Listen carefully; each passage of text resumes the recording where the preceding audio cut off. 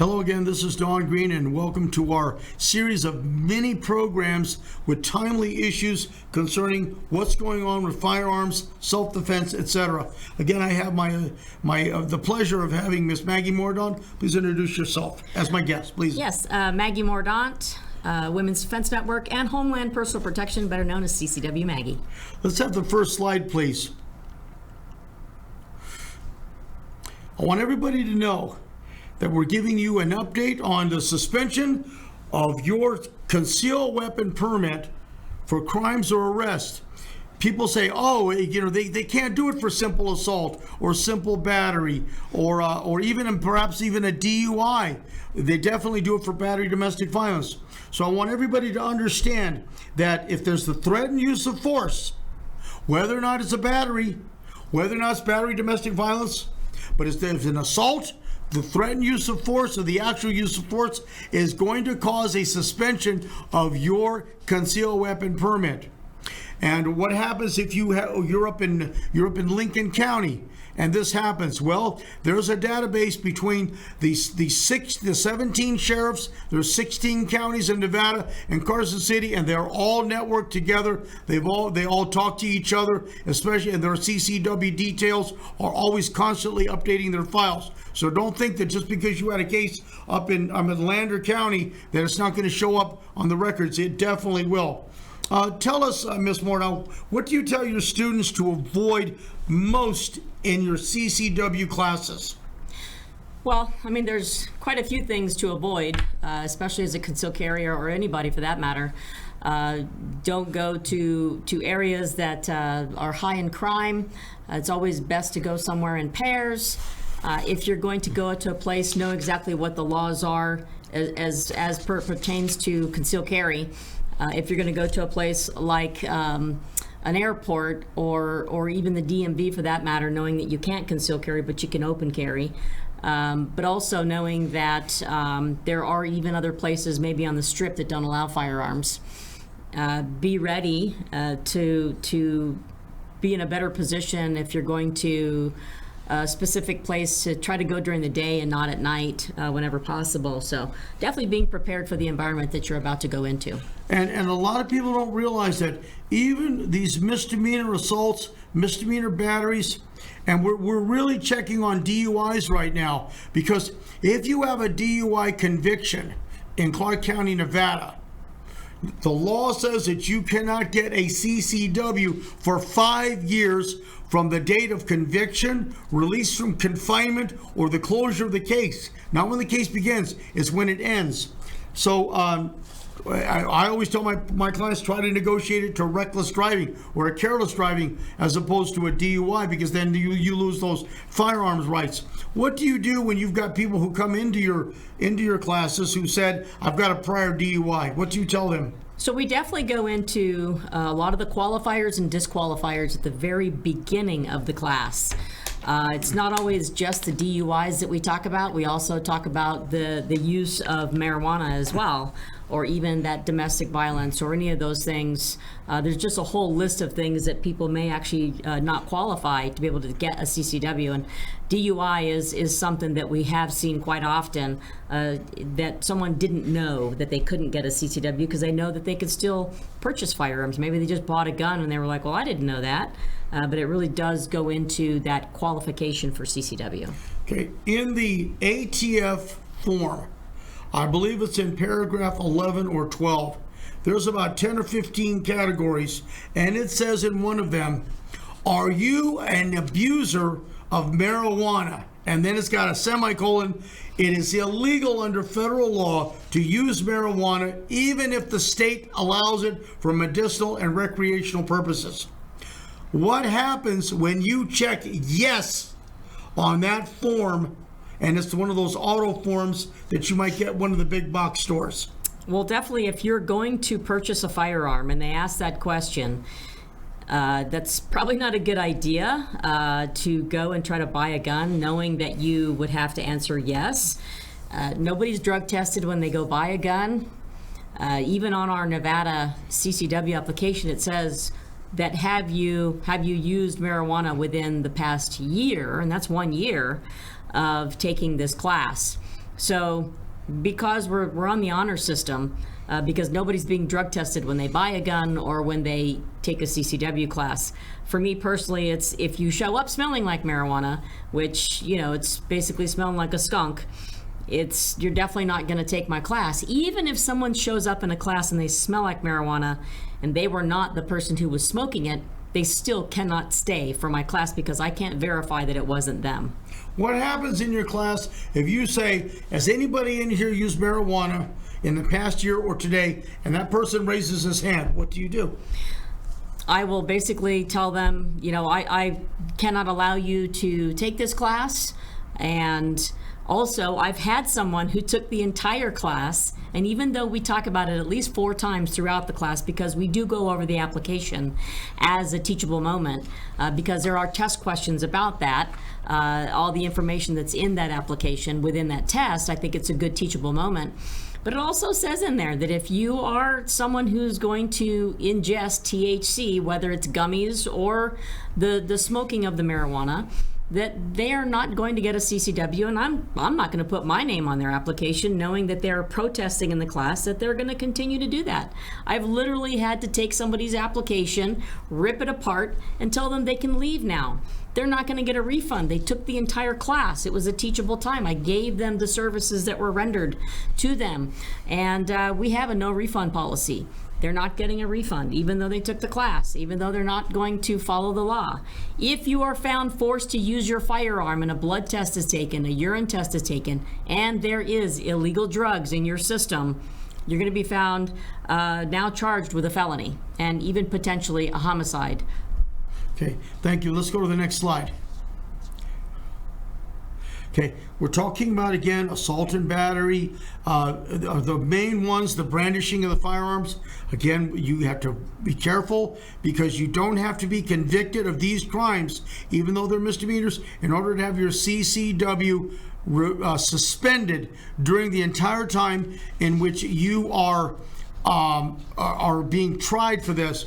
And it's my policy. I tell people, when it says, are you presently under indictment or information in any state court, I tell them that the FBI has suggested that a criminal complaint, even though it's a misdemeanor in justice court, is the functional equivalent of an indictment or information, which in Nevada we specifically use for felonies. But remember, the ATF and FBI are going on their own regulations, which apply with the purchase of the firearm, and ultimately when you apply for a CCW. Let's see the next slide, please. And that leads us into this, what you were talking about, is training. Explain to our audience what you believe to be the process of proper training for the CCW holder in that class for those 8 hours. So definitely a CCW class is not enough training. It's much more of a concepts class. You're not getting to draw from a holster. You're not getting to shoot an efficient amount or a proficient amount of ammunition to where you're now developing those life-saving skills. It's really just more about understanding that safety is more than just a set of rules, understanding which firearm is best for you by coming and taking a training class so you can try before you buy. I will bring out about 30 different handguns that are modern striker-fired handguns that are much more efficient and used by armed professionals. Understanding what is the best caliber for you to carry, understanding what type of gear you're going to need, a whole list of information when it comes to having a trauma kit, having cleaning, care, and maintenance products. How often do you go to the range? Taking a training course so you know exactly what to practice. Shooting a firearm is just a tool. You technically are the weapon. It's how well can you use this tool, the firearm, which is the force equalizer that you've chosen to use. This is actually something that takes a lot more responsibility. It takes a lot more investment. Putting in the time to be safe for society, but also safe for yourself, keeping your family safe, yourself safe, others safe. I have a real question for my students when they show up in a CCW class, that concealed firearms training class. It's really more about, can you really tell me that you are a benefit to you and society, Or are you more of a threat as the unconscious incompetent who showed up confident in knowing that you could make a gun go bang? But there's a difference between knowing how to shoot a gun versus knowing how to use a gun in the context of self-defense. That's where we really start to talk about the science of self-defense. Human performance factors under stress, changes of blood flow to the body, and really understanding that use of force. What level of force should you be using in that situation? Are you really in danger? Or are you trying to think that, oh, just because they're doing something illegal, then they're probably going to do something else? Well, probable cause isn't really something that you're looking at. You're looking at, am I truly in danger? Is this a dynamic critical incident, a surprising, chaotic, truly life-threatening situation to which the immediacy of the danger is now forcing me to use my firearm to defend myself and shooting to stop a threat from continuing to present a lethal threat to me or someone else? Those are all the things and the responsibility that you take upon yourself, and that huge liability that you also understand that you're taking on as well. I'm at Walmart. It's 9:30 at night, December 20th. It's cold outside, and I got my shopping cart, and someone runs up to me with a shopping cart and pins me against the car. Give me your money. I'm going to kill you. He doesn't have anything in his hands, but he's rammed me with the shopping cart. And there's 3 or 4 people with him. At that moment in time, just those milliseconds, is that a situation where I might be able to defend myself by drawing the weapon and not necessarily shooting it, but at least drawing it? That's question number 1. So number 1 would be that if you put your hand on your gun and you're like, get away from me, back away, I've got a gun, back away, at least de-escalating the situation in some way. It really depends on at what level of assault have they offered you already. They've already assaulted you, they've already hit you. It could be a matter of now you are responding appropriately to the situation, and what you deem as a dangerous situation, you've got multiple assailants here now. Could you draw your gun and defend yourself? You could, because you've already been physically assaulted. Define that term, force equalizer. So the force equalizer is a tool that you've decided to use, that you've taken training and you know how to use it to stop someone from continuing to present a lethal threat to you or someone else.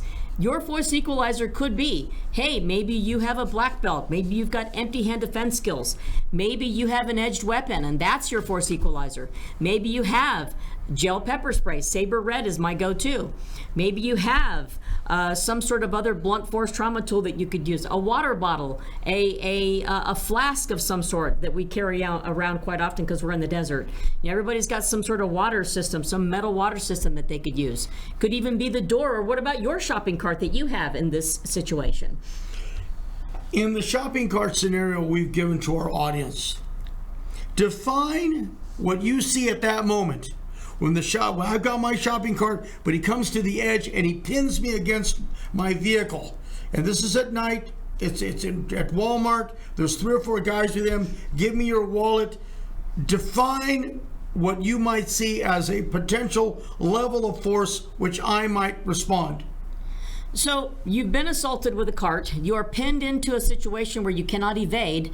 In this situation, you may be forced to use your firearm to defend yourself. You have multiple attackers already coming at you. And at this point, you may feel my life is in danger. It's more than just my wallet that they may want to take. A lot of criminals are coming for money, body, or life. And in that situation, the level of aggression is thwarted towards you. You're by yourself, you're pinned. You're basically in a situation where now you may be forced to deploy that gun. But the district attorney may argue that is the shopping cart a weapon that could inflict great bodily injury or death? It doesn't have to be death. So can the defense counter that the shopping cart itself, used in the manner in which it was not it was not designed to pin people against a vehicle, but given the time of day, it's at night, the number of people, could I reasonably argue that the weapon itself is the shopping cart? It is a blunt force tool that could actually cause serious bodily injury or even death to an individual. We're talking about a metal shopping cart. this could actually cause injury to that individual, and would be rightfully so to the individual to feel that my life is in danger. This could cause injury. It has caused injury because you've been hit with it. I can't even imagine being hit with a metal shopping cart. They could cause a lot of injury to someone. When I draw my weapon, they're still applying the pressure of the shopping cart on my chest. I'm 72 years old, so I'm a protected person under the statute, and I draw my weapon and I fire. What happens to the issue of proportionality of response? So, if you are within that distance of that individual, one would say the high center chest area is your focal point. This is where you're going to aim your gun and shoot until you feel the threat is no longer a threat to you. All right, let's change the incident a little bit. You're inside Walmart, and a little old lady comes around the corner and hits you in the back with your shopping cart. You've got your dog with you, it's a little service dog, and she hits you in the back. At that moment, can I use my weapon as self-defense to point at her and shoot her? No, in that case, this is an accident. This is a clear accident. It would be more, me personally, because I respect my elders, I would be like, ma'am, I apologize, I was in your way, let me get out of your way. You know, again, it's for me personally, and I would only hope that others would recognize this is an elder person, it was an accident, you know, get out of the way, give them that leeway to move out of the way, and I would just take my dog and just get out of the way. Really, I mean, I don't feel that the circumstances would put you in a position where you feel like your life is in danger. So let's go to the next slide. So let's talk about open carry and the consequences using the situation at the auto parts store back in May or June of 2025, where the guy walks in with open carrying and a deranged perpetrator comes in and there's a fight. He shoots the guy. He kills the guy with his own gun. Tell us about. I personally don't advise my clients, and I personally tell them that I do not like open carry except at an organized shooting event, an organized event of some type where there are safety measures in place, not just walking up and down the Las Vegas Strip with loaded weapons in protest in support of the Second Amendment. So tell us your take on open carry using the AutoZone incident. So in the AutoZone incident, the young man was already there. The homeless individual who suffered from mental health issues came in. The young man who had the open carry had his hand on his gun. He then took his hand off the gun, which in a sense, according to the story and the information, the intel that I was provided with was... But you were also interviewed by news media on this for your expertise. I was interviewed by Channel 3, Steve Wolford. He actually interviewed myself as well as Ken Ortega. And we were on the news talking about that. This young man lost his life. And in that situation, you have a person, unfortunately, who wasn't trained to open carry. Training is really important, and people just don't put enough stock in the fact that not only the training, but also the gear that you're going to have on. If you're going to open carry, you need to have something that makes it way harder for someone to easily grab that gun and take it from you. This poor young man lost his life. This mental health individual felt threatened by just the mere presence of that firearm and started to create some sort of story in his mind. He had voices talking to him saying that he needed to kill the person because just the mere presence of the gun triggered this person. He got a hold of the gun, and I feel that he just shot until the gun wouldn't shoot anymore, putting 10 rounds into this poor young man, killing him, taking his life. And what we can learn from the loss of life is that I think that we can do better. The young man should have had a 3-level retention holster, making it harder to get it off of him. I don't think he had the presence of mind that was going to happen. He even asked the gentleman who the homeless man, is there something wrong? What can we do to help you? He's coming from a place of kindness when really that individual got triggered and decided to take his gun. Anybody who decides to open carry a firearm should have training to know how to have weapon retention. And we're talking about firearm retention. Remember, you're the weapon. Be better at being good with the tools that you decide to use to defend yourself or someone else.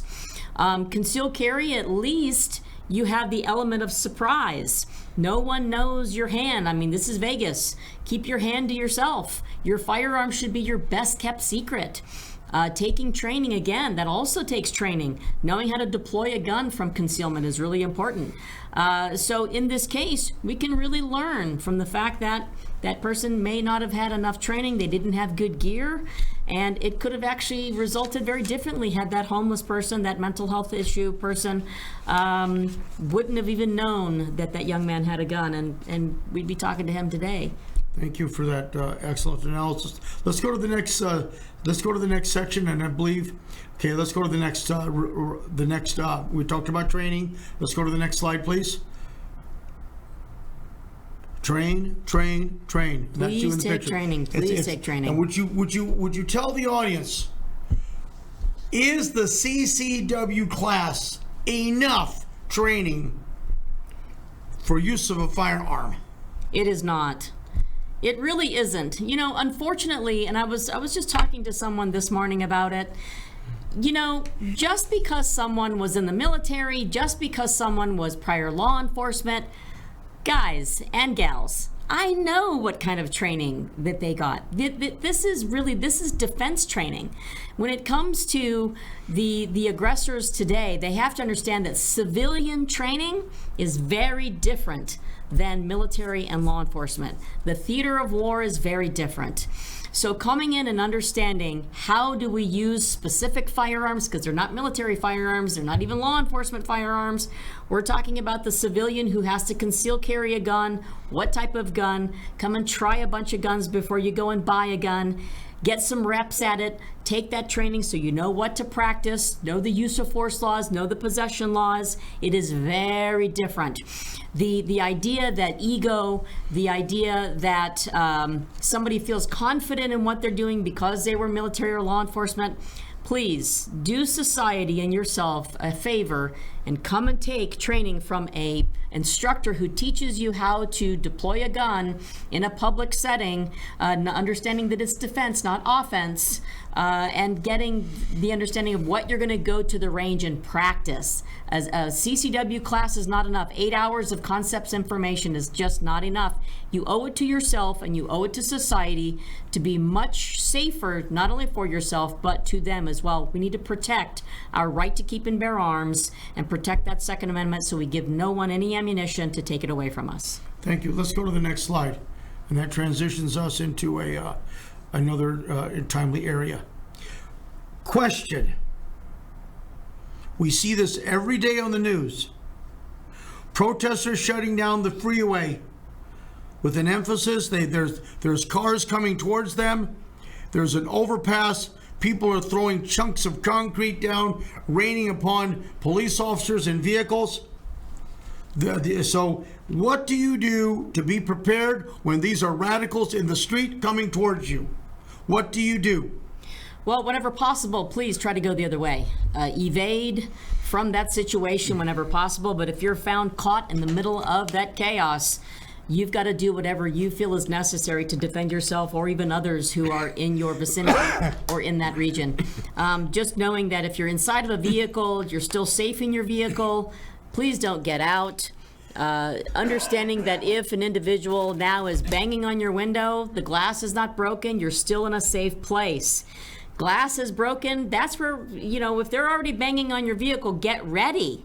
You really need to get ready. Put yourself in a position where if you had to use your firearm, knowing how to use a gun in a car it's a very good training that we do teach. Armed defense around vehicles, knowing that bullets will deflect and reflect off of glass.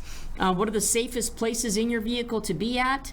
And knowing that what you can and can't do. Remember, the should versus could and the can versus can't are really something that you need to know about, and learning that in a training course is important. Two similar scenarios. I am in my vehicle.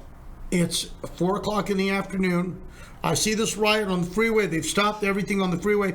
I carry my weapon all the time. And so at that moment, when the crowd comes towards me, and you're talking about the broken glass, there's an immediate threat.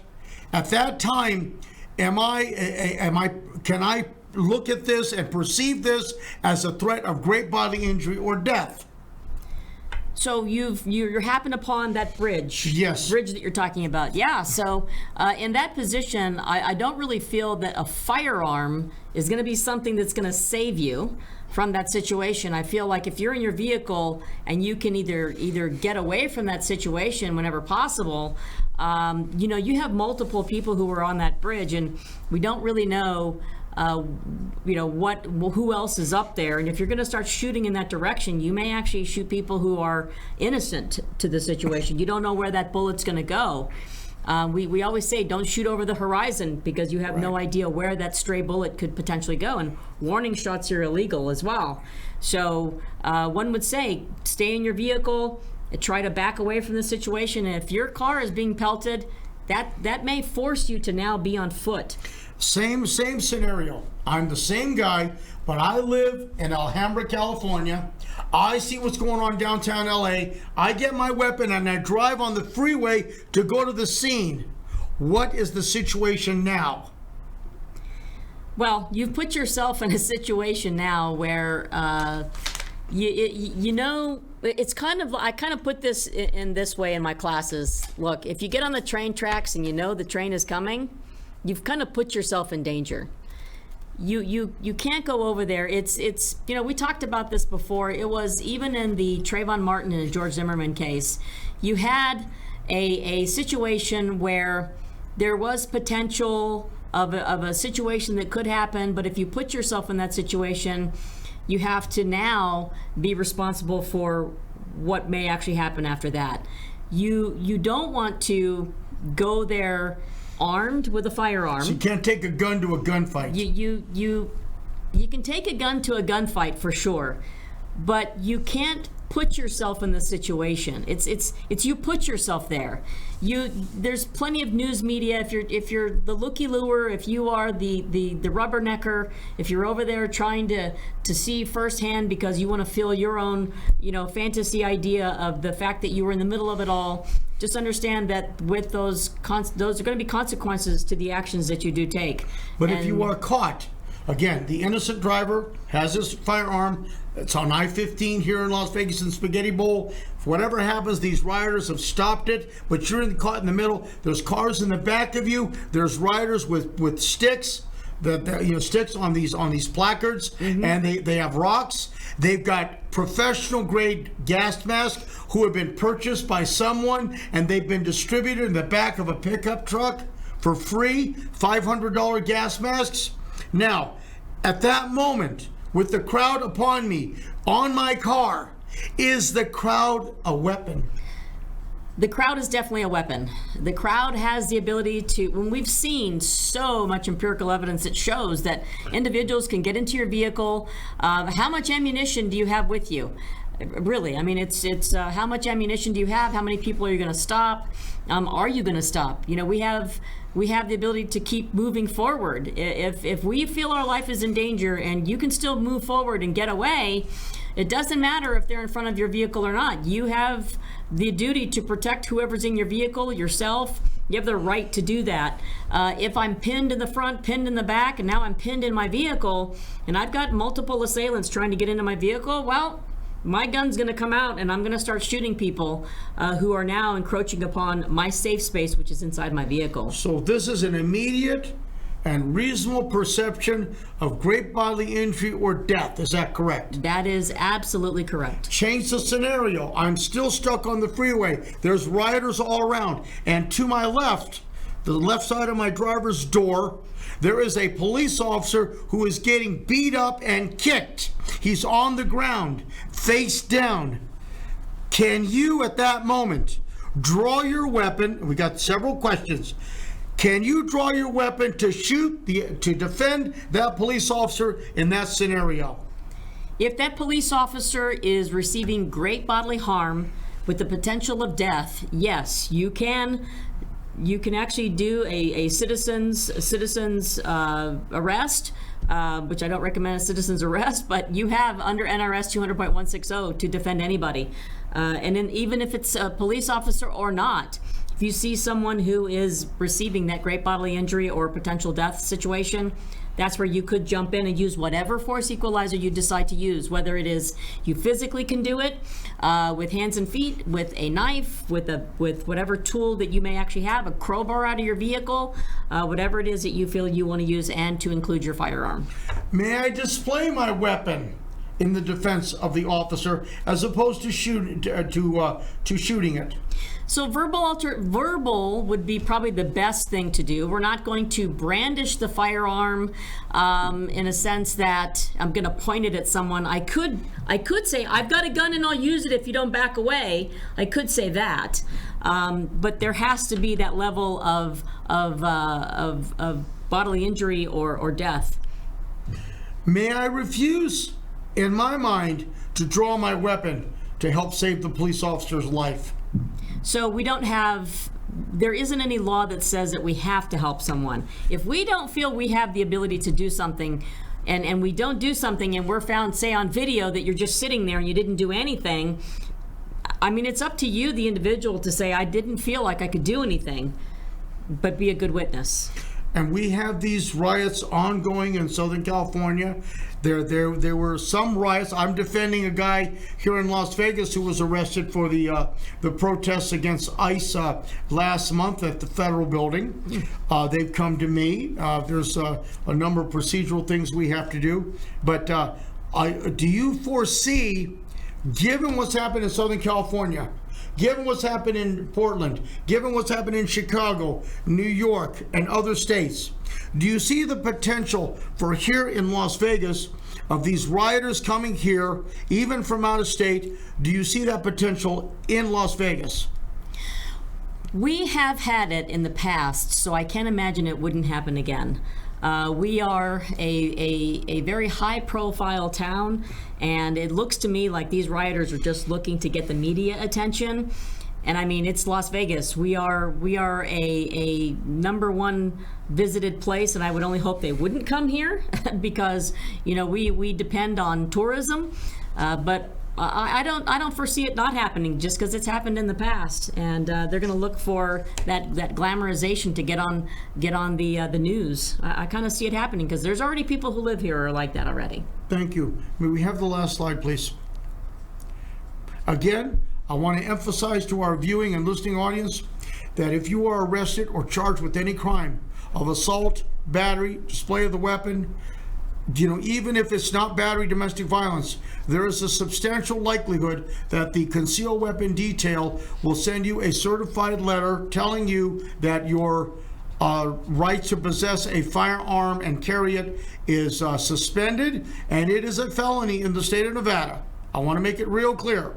It is a felony in the state of Nevada to carry a firearm concealed. And if you look at our previous show just a few minutes ago, that even includes pneumatic weapons.